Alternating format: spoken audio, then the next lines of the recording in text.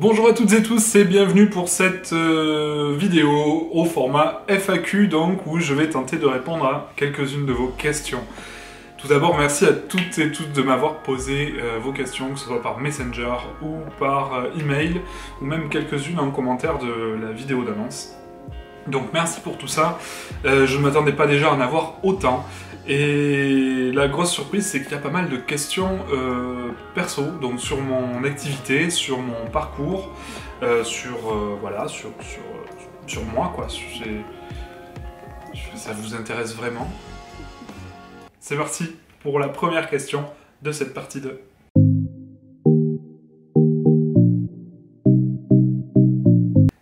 Alors, écoute, je vais te retourner une deuxième question. Pourquoi choisir un filtre? Voilà, alors quel filtre choisir? Je vais vraiment pas être la bonne personne pour répondre à cette question, parce que je fume sans filtre, parce que j'ai essayé de fumer avec des filtres au début et... Non, en fait c'est gâché. Pour moi, personnellement en tout cas, c'est gâcher un bon tabac. Il y a des tabacs qui sont quand même assez onéreux, et si on veut en profiter pleinement, je trouve personnellement que c'est gâché. C'est comme culotter sa pipe avec du whisky ou avec du cognac, ou voilà.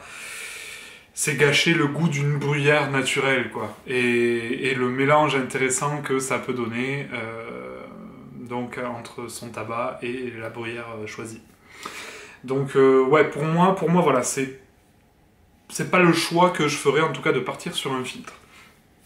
Ensuite, si l'argument santé est avancé, voilà, je vais pas vous conseiller de détruire votre santé. Si vous pensez qu'un filtre peut protéger votre santé et vous empêcher d'être malade, libre à vous de le croire. Personnellement, je n'y crois pas. Les filtres sont des inventions des marques. Vuen a créé le filtre 9 mm pour vendre des pipes 9 mm et les filtres adaptés à ces pipes. Savinelli est plutôt sur le filtre 6 mm Balsa. Là-dessus sont venus se greffer toutes sortes de marques pour fabriquer voilà, des accessoires un petit peu moins chers, des filtres un peu moins chers pour en vendre davantage. Enfin bon, bref, tout ça c'est de l'argumentaire commercial. Et si fumer avec un filtre empêchait de développer un cancer, croyez-moi, ça se saurait. Et sur les paquets de cigarettes, il n'y aurait plus marqué "fumez-tu" si la cigarette était avec un filtre, vous voyez. Donc, certes, c'est peut-être un peu moins pire. Mais à partir du moment où déjà on n'inhale pas la fumée et qu'on sait que sur un tabac naturel, sans adjuvant, la nicotine en elle-même n'est pas néfaste pour la santé, voilà, bref. Mais après, je ne suis ni médecin, ni professeur, ni scientifique, ni quoi que ce soit. Si vous avez des arguments valables à avancer, je vous invite à les avancer en commentaire. En tout cas, sur le ressenti au fumage, je ne pourrais pas changer d'avis, c'est toujours meilleur de fumer sans filtre pour le goût. Ensuite, quel filtre choisir parmi les filtres existants? Alors déjà, on va commencer par une chose qui revient très très régulièrement. Ceci n'est pas un filtre. Ceci est un condenseur métallique, ce qu'on trouve dans les pipes, typiquement dans les pipes Saint-Claudiennes, un petit peu chez d'autres marques aussi, parce qu'encore une fois, on a voulu faire pareil. Il y en existe de toutes les formes, de toutes les tailles, de toutes les longueurs, de tous les diamètres différents. Je crois qu'on a un peu fait tout ce qui était possible à ce niveau-là. Hein. Il y en a en forme de sapin de Noël, il y a des choses, enfin bon, bref.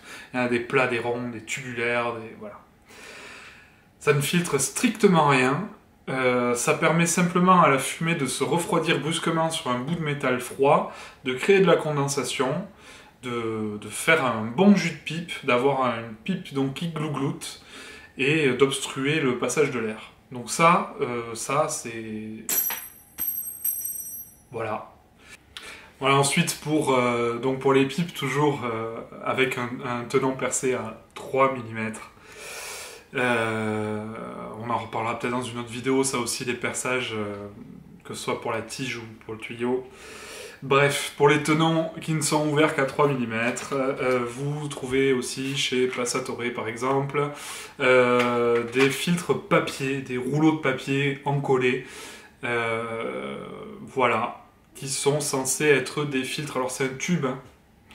Donc il faut m'expliquer ce qu'un tube filtre de plus qu'un tuyau percé. Voilà, rien, enfin, selon moi, ça ne... c'est dans le titre, quoi. C'est pas un filtre, c'est un tube. Voilà. Ensuite, on passe à du 6 mm. Donc 6 mm, le Savinelli, le classique, le Savinelli, donc Balsa. En termes de goût, c'est peut-être ce qui parasitera le moins votre fumage.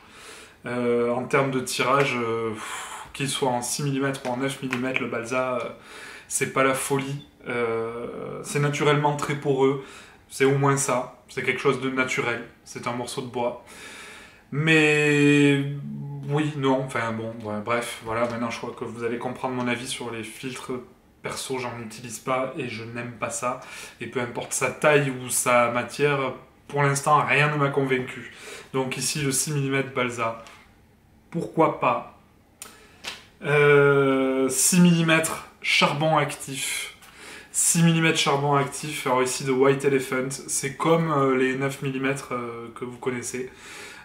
Carton, céramique sur les bouts, et petite bille de charbon actif.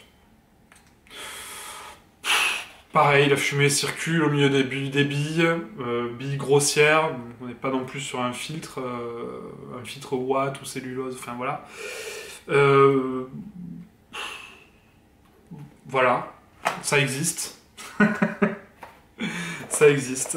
Ensuite, on a les filtres, pardon pour le bruit, les gros 9 mm au charbon actif.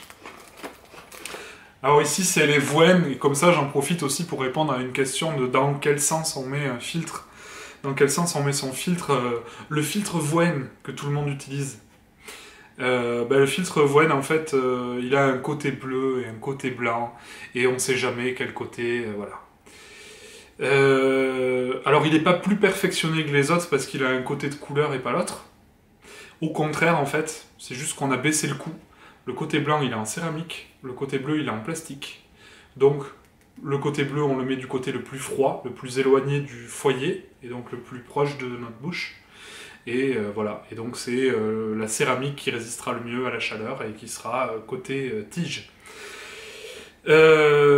Si je vends très peu de filtres, de pipes, pardon, équipées 9 mm en estate, et je dis je, mais si en règle générale il y a beaucoup moins de pipes 9 mm que de pipes classiques en estate, c'est entre autres à cause de ça. Ces filtres, en fait, peu importe leur nature, peu importe leur taille, ils obstruent le fumage, ils obstruent le tirage. Et si vous voulez quelque chose d'équivalent à un tirage naturel, en termes de volume, de fumée et de ressenti en bouche, vous allez devoir aspirer plus fort et ou plus longtemps. Ce qui engendre des points de chauffe et souvent qui fait brûler les pipes. Beaucoup des pipes 9 mm que je rachète pour les restaurer, une fois déculottées, elles sont brûlées, poubelle. Voilà pourquoi il y a très peu de 9 mm et voilà pourquoi, encore une fois, ça va être compliqué de me convaincre de fumer avec des filtres. Donc désolé, je suis pas la bonne personne pour te conseiller un filtre en particulier, que ce soit en taille, en finition, en marque, en je ne sais quoi. Perso, pas de filtre du tout. Voilà, et je préfère moins fumer à la limite que fumer avec des filtres. Autre question qui revient, combien de pipes on peut fumer avec un même filtre? Une. Enfin, la meilleure réponse serait 0, en fait. Mais la deuxième meilleure réponse, c'est une seule. Une seule, le filtre va se charger de quelques goudrons, de résidus de fumée, de nicotine un peu en partie aussi. Tout ça, tant que c'est chaud, dans la fumée, ça va, ça passe assez bien. Ça ne dégage pas de mauvaises odeurs, on a une bonne odeur de tabac en combustion, on a quelque chose de très agréable. Dès que ça refroidit, c'est atroce. Pour ceux qui ont été fumeurs de cigarettes ou de cigares, avant de s'attaquer à la pipe, rallumer une cigarette qui a été fumée à moitié, c'est infâme. Rallumer un cigare qui a été fumé à moitié, c'est infâme. En tout cas, au moins sur les 6, 7, 8 premières lattes. Mais non, ça, non. Non, non. Une seule pipe. Sinon, zéro.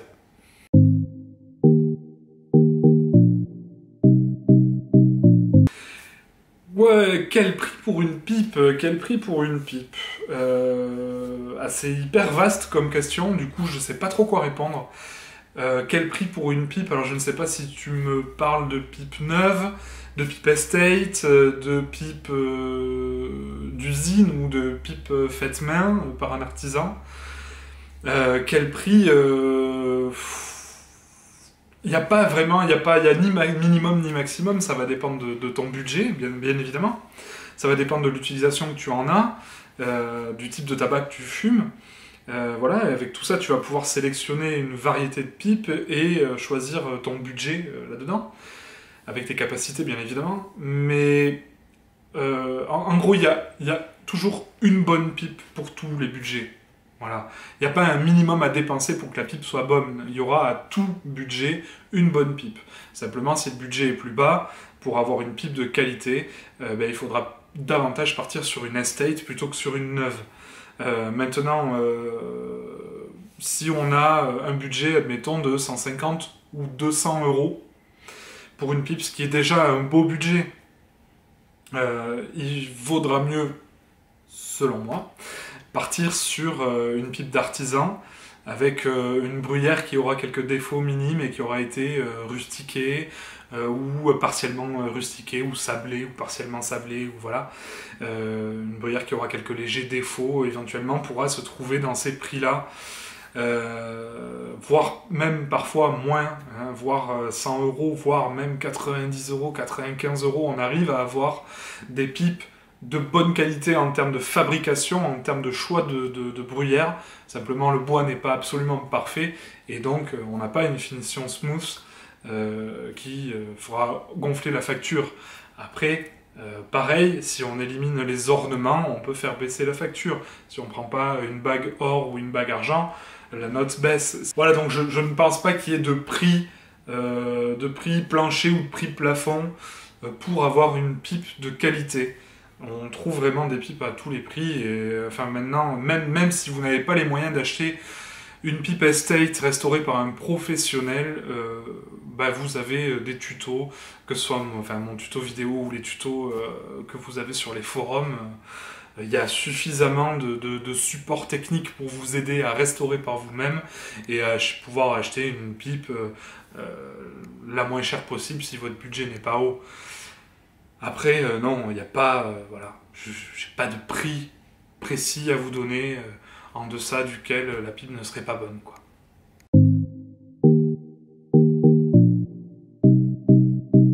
Alors les différences, elles sont assez énormes. Alors déjà, contrairement aux idées reçues, une pipe d'artisan n'est pas plus chère qu'une pipe d'usine. En usine, vous avez un éventail de prix assez énorme qui va démarrer à une cinquantaine d'euros environ et qui va dépasser les 400, 700, 800 euros. À ces prix-là, vous avez un artisan qui va s'appliquer de son mieux sur une pipe. Donc voilà, et voire même vous en achèterez plusieurs. Donc déjà, pas d'obstacle niveau prix. Quand on achète une pipe à un artisan, ou peu importe ce que l'on achète à un artisan, on achète sa formation, on achète ses voyages, on achète ses temps d'études, ses temps de recherche, ses temps de dessin, ses temps de réflexion, de ses échecs, les photos, le temps... Enfin, on achète tellement de choses en fait, on participe en tout cas à tellement de choses que c'est complètement différent, sans parler de la qualité du produit fini. Déjà dans cet aspect un peu poète, on achète du temps avant d'acheter un article. On n'achète pas un objet, on achète tout ce qui l'englobe. Voilà. Bon. Bref, je me peut-être un petit peu trop passionné, je divague. On va se recentrer un petit peu sur ta question, pardon. Donc ensuite, les grosses différences qu'on va pouvoir trouver entre travail d'artisan et travail fait en usine, ça va être bien évidemment les finitions. Le temps passé dessus fait que on a en théorie beaucoup moins de chances d'avoir de défauts chez un artisan confirmé par rapport à, bien sûr, une pipe fabriquée en usine. Je ne vais pas du tout cracher sur le travail qui est fait en usine, loin de là. Il sort de belles choses, ça dépend évidemment des fabriques, ça dépend du prix qu'on va y mettre, mais il sort de belles choses, il sort de très belles faits main d'usine, voilà. Mais bien évidemment, un artisan, quand il marque sa pipe ou son travail avec son nom, il s'engage lui, sa personne, voilà, c'est toute sa réputation qui repose sur le travail qu'il marque. Quand une usine marque une des dizaines de milliers de pipes qui sortent tous les ans de leurs ateliers, elle marque sa marque, elle fait sa pub. Voilà, on va moins avoir d'âme dans le travail fini, mais moi encore c'est une question de feeling et de ressenti, et désolé hein, si je vous parais un peu perché dans mes réponses, mais voilà, moi c'est comme ça que je ressens les choses. Voilà, c'est quand une personne engage son nom et sa réputation, qui sont le fruit d'années de recherche, de labeur, d'échecs, et c'est pas rien, et vous n'aurez jamais le même SAV sur une pipe artisanale que sur une pipe d'usine, bien qu'il y ait des SAV particulièrement réactifs. C'est le cas notamment de Chacom, où avec le moindre problème que vous avez perçu, vous envoyez un petit message ou vous les appelez à la boutique, immédiatement on va vous dire, vous renvoyez la pipe, on vous en renvoie une autre. Enfin, ils sont super réactifs là-dessus, bravo à eux d'ailleurs. Mais voilà, une pipe d'usine, c'est le travail de toutes les personnes le long de la chaîne, de l'ébauchage jusqu'au polissage final, la mise en cire, voilà. Ce n'est pas un travail signé. Voilà. Ensuite, la recherche, les réelles améliorations, autres que les améliorations accessoires ou les arguments de vente type filtre, ce sont les artisans qui les amènent. C'est la recherche personnelle qui amène ça, qui amène des améliorations, qui fait qu'on se remet perpétuellement en question et qu'on va chercher à améliorer le ressenti, en tout cas quand on est passionné par ce qu'on fait. Et j'espère que c'est le cas de tous les artisans. Mais voilà, quand vraiment on cherche à perfectionner son travail, forcément on fait évoluer les choses dans le métier, et pas uniquement que pour soi. Quand on décide de percer une pipe à 4 mm, 4.1, 4.2, quand on décide que notre lentille va être parfaitement ouverte, qu'on va y passer des heures dessus, parce qu'on veut former un V profond, parce que le perçage de notre tuyau aussi va être de plusieurs diamètres, et venir se réduire parfaitement pour ne pas qu'il y ait d'obstacles à la fumée, pour que tout... Enfin, il est évident que tout ce travail, toutes ces heures passées sur une seule pipe, on ne peut pas appliquer cette méthode de travail à un travail d'usine. On n'a pas le temps en usine de passer des heures comme ça sur un modèle. Ils n'ont pas les mêmes charges qu'un artisan. Quand il faut payer plusieurs employés, voilà, il faut gagner du temps pour être le plus rentable possible, et c'est pas, voilà, ils ne pêchent pas par faiblesse, quoi. C'est simplement que il faut composer avec les charges que l'on a, et avec les capacités que l'on a aussi. Voilà, pour les différences entre une pipe d'artisan et une pipe d'usine. Le temps passé, mais la capacité aussi à passer plus ou moins de temps dessus. L'amélioration, le ressenti, l'expérience évidemment, le plaisir d'avoir une pièce unique entre les mains. Voilà, il y a beaucoup de différences en fait.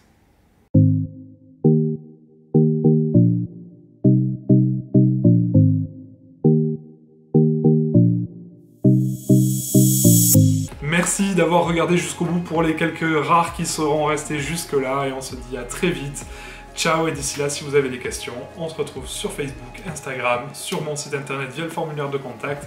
Tous les liens, comme d'habitude, en description sous cette vidéo. A très bientôt, ciao ciao!